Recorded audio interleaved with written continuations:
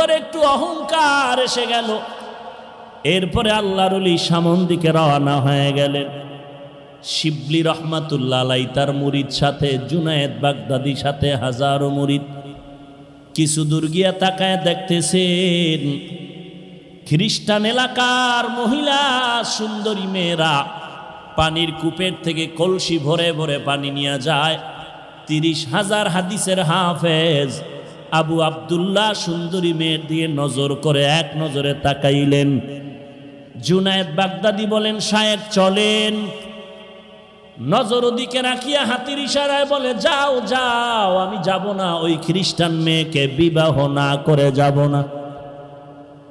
কান্নার রোল পড়ে গেল, মাটি পর্যন্ত নরম হয়ে গেল, কিন্তু আবু আব্দুল্লাহর দিলটা আর নরম হলো না। কান্না করে শিবলি রহমাতুল্লাহ আলাইহি বলেন, আমাদের